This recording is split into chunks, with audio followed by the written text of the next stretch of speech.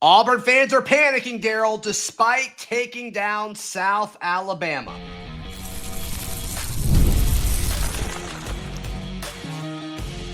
You are Locked On Auburn, your daily podcast on the Auburn Tigers. Part of the Locked On Podcast Network, your team every day. Yes, welcome on into Locked On Auburn, your daily Auburn Tigers podcast. I'm your host, Zac Blackerby, and thank you so much for making Locked On Auburn your first listen every single day. Darrell Dapprich, we're dapping it up, Montgomery radio legend, joining us from the press box at Jordan-Hare Stadium. What does this win over South Alabama mean? What did Hugh Freeze say after the presser? We'll get into all of that, Darrell. But the instant reaction as we record this just after Hugh Freeze gets done talking from the Auburn fans is a little bit of panic. A lot of people like no longer believing in this team over the next few games. And just what a pivot. What a pivot of just like manufactured narratives that like I always knew were a possibility, but I don't know if I just really saw it coming to this degree. Well, first of all, I kind of saw this coming because I felt like South Alabama could hang around a little bit. The problem was Auburn looked like they were going to blow South Alabama out in the first half. I mean, offensively, you couldn't have asked for a better half. Balance, production, you've put 28 points on the board. It looked like Auburn was going to steamroll them. So it was a tale of two halves. Anything in life, it's natural to feel the most passionate about what's the most recent. So the second half ended up being a dud. It was a clunker. I ain't gonna lie. Auburn got outscored 7-3. They didn't score another touchdown in the second half. So that's the taste that the fans are left with in their mouth of that just wasn't a good second half. Now, you know, they won by 16.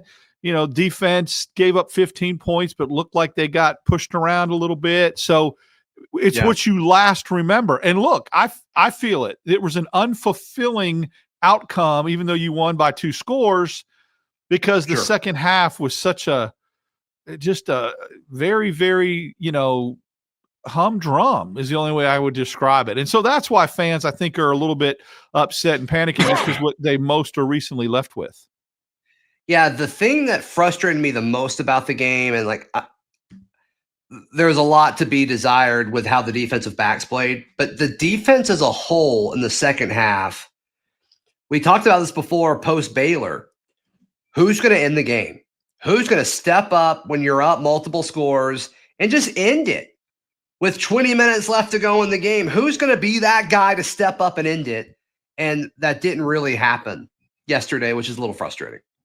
Well, it's also frustrating when you do get a turnover and then you go 3 and out on the backside of it. You cannot do that.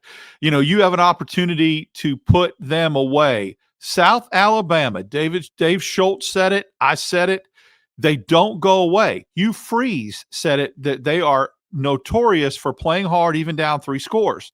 So you really need to give them something like Auburn going up 28-9.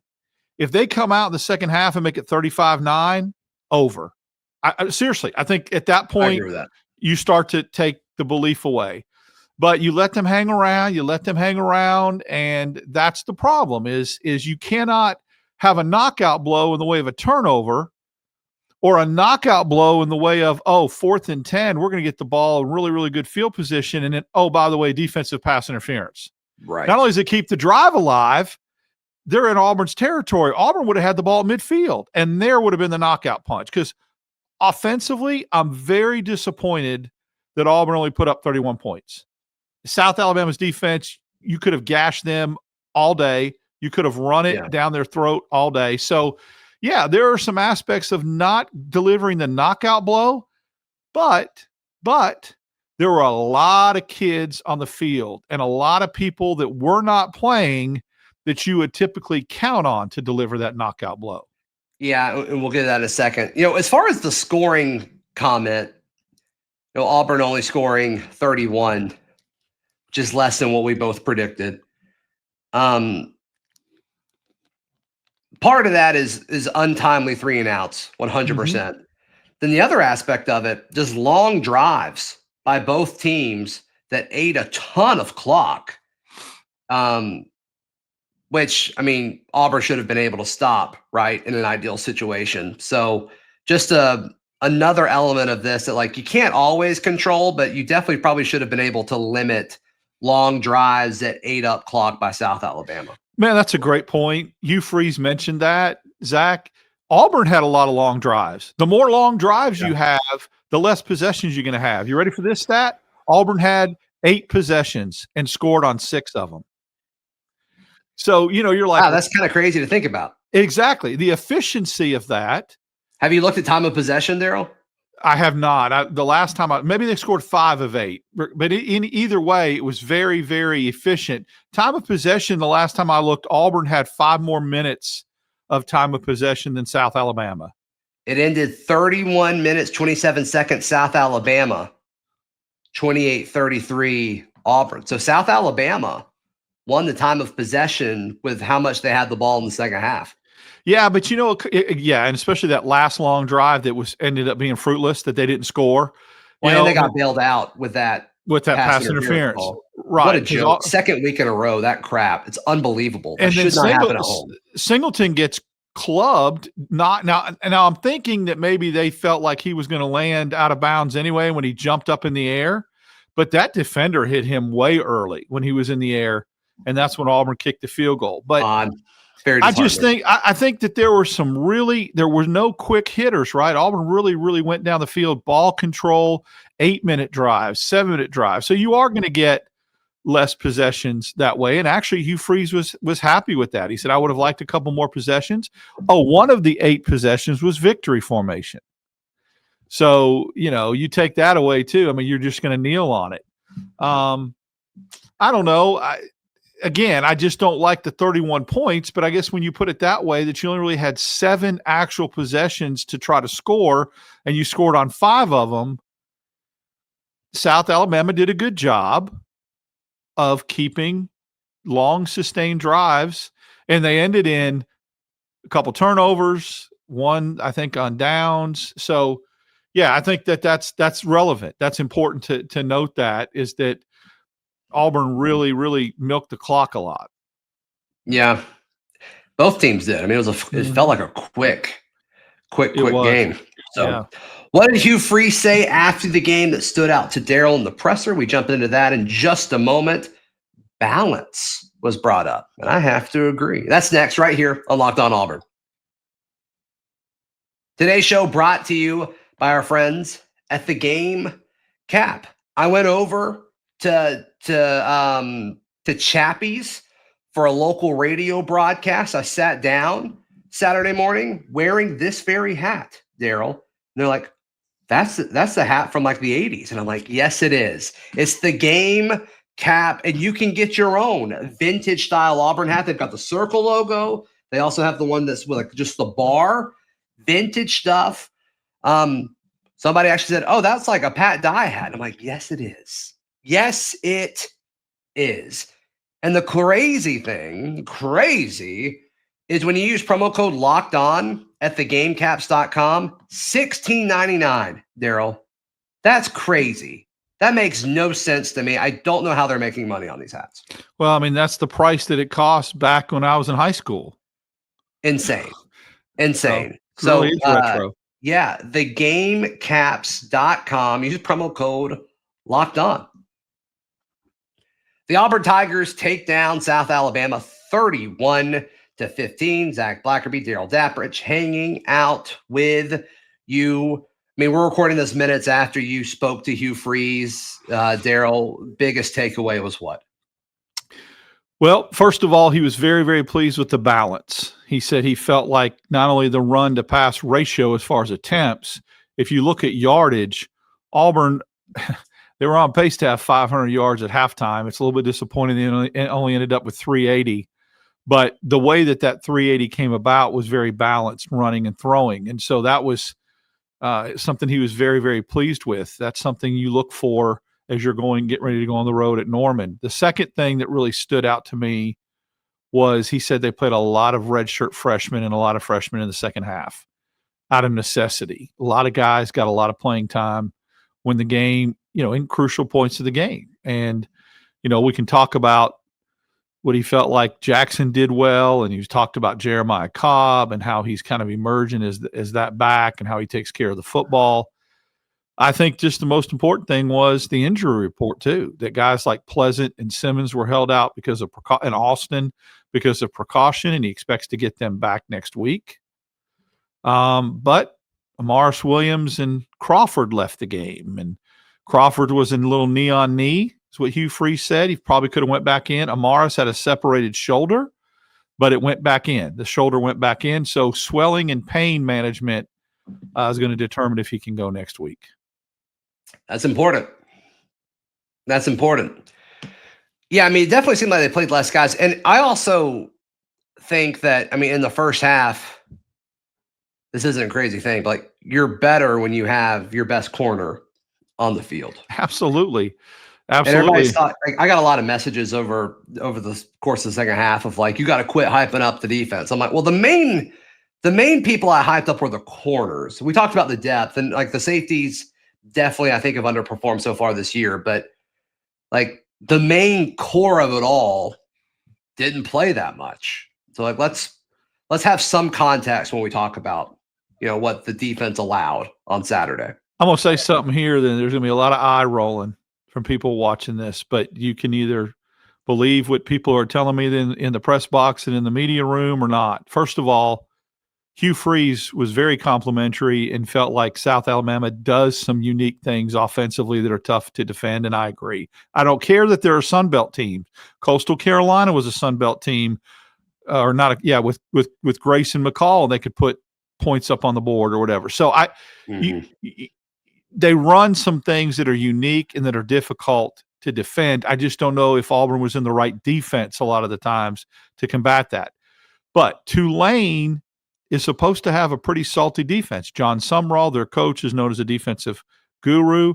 South Alabama moved the ball on them, scored 31. So let's not – look, I'm not going to sugarcoat it. There were times that defense made me want to stick my finger down my throat. They were Charmin soft, the way they were tackling, coverage, third and long, that kind of stuff. It's very frustrating. Yeah. Okay.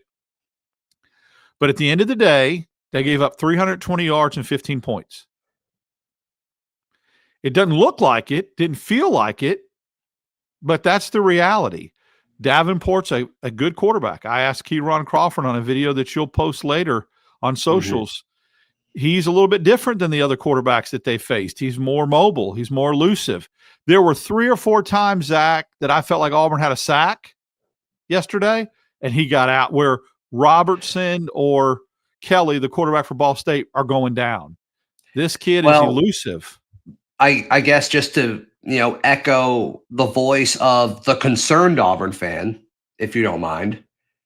Okay, he's elusive. More elusive than what we've faced so far. Well, you got John Mateer coming up. You got Marcel Reed coming up. Gunnar Stockton, not as athletic or elusive, but he's athletic, but not as elusive as the guys we just mentioned. Bo Pribula, a little more athletic than I realized. A little bit I've watched him this year. Like, we're about to have a little bit of a stretch of all of these quarterbacks are about to be athletic. Taylor Green later this season. Pavia is just I'm just kind of trying to go in order. Yeah, right. Yeah, I agree with that, but you just wonder if defensively there were some things they didn't show against South Alabama because they felt like offensively they could, they weren't going to score enough points to beat Auburn, so they didn't show some stuff that they'll run against a Mateer and a Reed and that kind of thing. I don't know. I know it needs to get fixed. I know that what we saw in the second half, even though they only scored 1 touchdown, the yardage given up and that kind of thing, Oklahoma, A&M, those type of teams will pay it off. Georgia, they'll, if they go down the field, most of the times they're gonna pay it off with a touchdown. So I'm not ready to panic on that. I still think when you have one of the best defensive backs in the SEC on the sidelines, it's going to affect your secondary and how it looks. I know there were a lot of people that were still upset about the secondary in the first half, and it was a 28-9 game. I don't know. I felt the frustration, though. I got to be honest. I have to I give people props on that. It did feel a little bit unfulfilling, a little bit underachieving. uninspirational, right? Let me ask you this, because this is a tangent I went down on, because like that's cool. Like if you're not fired up about it, I get it. When you go a step further and you're like actively upset and saying like the season's over, that's where I'm kind of like, I don't know about that.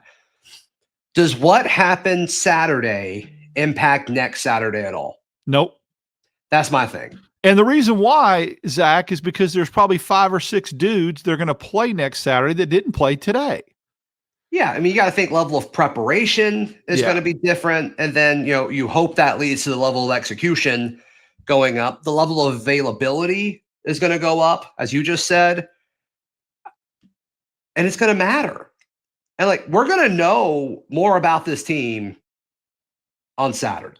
Hugh Freeze admitted that he called some plays in that second half that he could have just kept doing one particular thing, but they wanted to work on some things and see if they could do some things offensively. So he called some plays that where if he would have, let's just say, stuck to handing the ball off to Jeremiah Cobb, who could have went for 200. I mean, I truly believe they could give him the ball 20 times.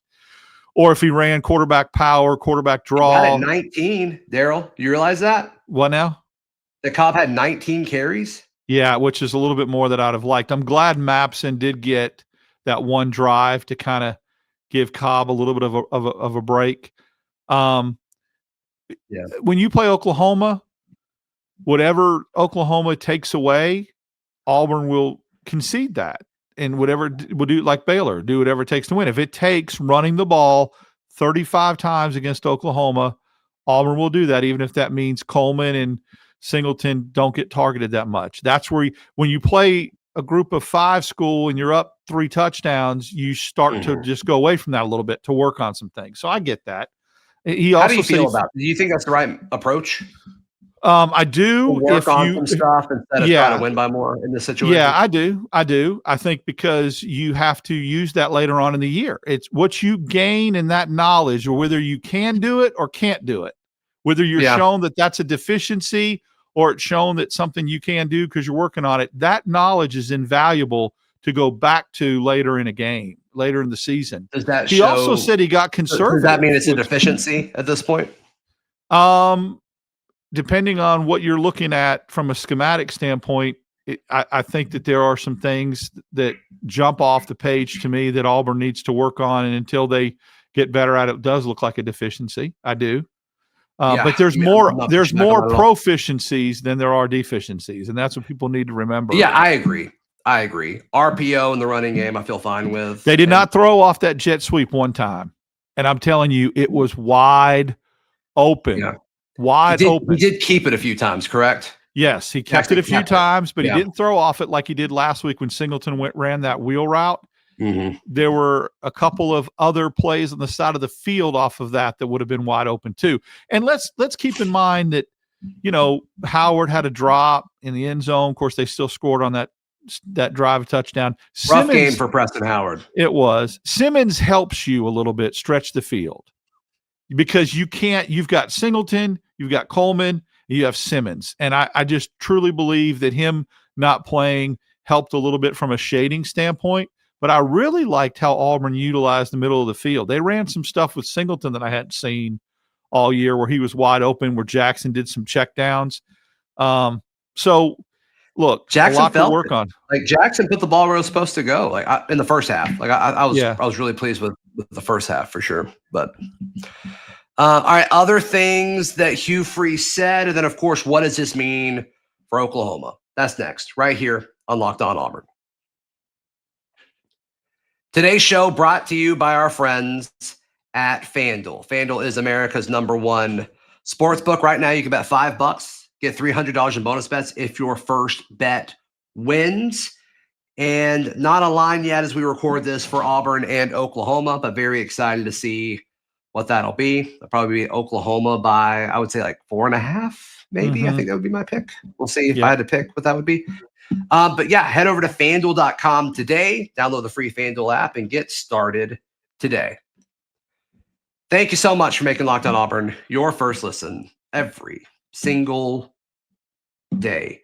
Anything else that Hugh Freeze said, Darrell, or any of the players that you spoke to in player availability after the game that stood out to you?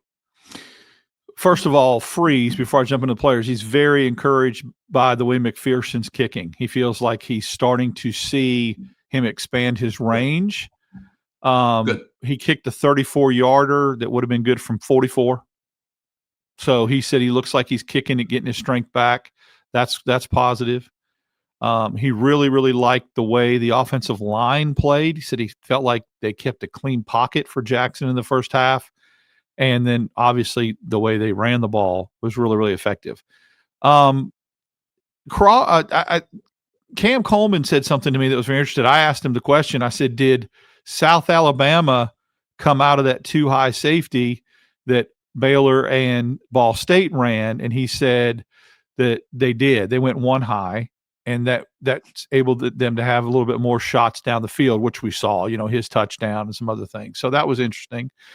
And then Jeremiah Cobb just talked about how he feels more comfortable running between the tackles, where people always thought he was the outside kind of speed back. He just says he likes running between the tackles. He likes the contact, and obviously he'll continue to take care of the football that way. So a lot of generic stuff. Obviously, Jackson was very complimentary of the offensive line and the way that Jeremiah ran the ball. They talked about the chemistry of when to keep it, when to hand it off, that kind of thing. So I just think overall, Freeze did not look as disappointed.